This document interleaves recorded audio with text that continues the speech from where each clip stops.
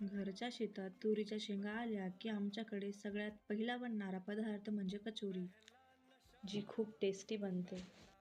तर आता इथे सर्वात आधी आपल्याला मैद्याचा गोळा बनवून घ्यायचा आहे. 2 वाटी मैदा, 1 चमचा ओवा, 1 चमचा मीठ, छोट्या वाटीने 1 वाटी तूप किंवा तुम्ही तेल पण वापरू शकता. त्यानंतर आपल्याला पूर्ण असं मिक्स करून घ्यायचं आहे, एकजीव करून घ्यायचं आहे. तर आता पाणी घालून एक छान असा गोळा बनवून घेऊया.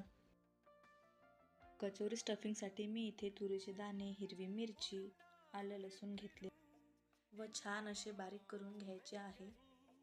तर इथे मी कचोरीची स्टफिंग रेडी करण्यासाठी घेतला आहे बारीक चिरलेला कांदा, लसूणची पेस्ट आणि छोट्या वाटीने 1 वाटी बेसन व बारीक केलेले तुरीचे दाणे.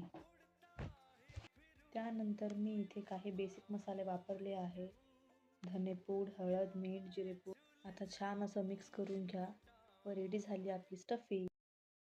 त्यानंतर मी इथे गोल चपाती लाटून घेतली आहे. तेल व मैदा लावून दोन्ही बाजू फोल्ड करून घ्यायची आहे. दोन्ही बाजू फोल्ड करून झाल्यावर तीच स्टेप आपल्याला परत करायची आहे.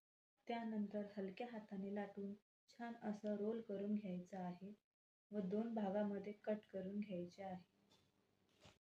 हलक्या हाताने लाटून त्यामध्ये आपल्याला स्टफिंग भरायची आहे.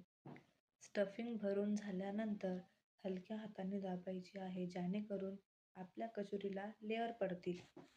मीडियम ते लो फ्लेमवर गोल्डन ब्राऊन होईपर्यंत तळून घ्यायचे आहे. तर रेडी आहे आपली क्रंची क्रिस्पी लेयरेड कचोरी. अशाच नवनवीन रेसिपी पाहण्याकरिता लाईक करा, सबस्क्राईब करा. थँक्यू.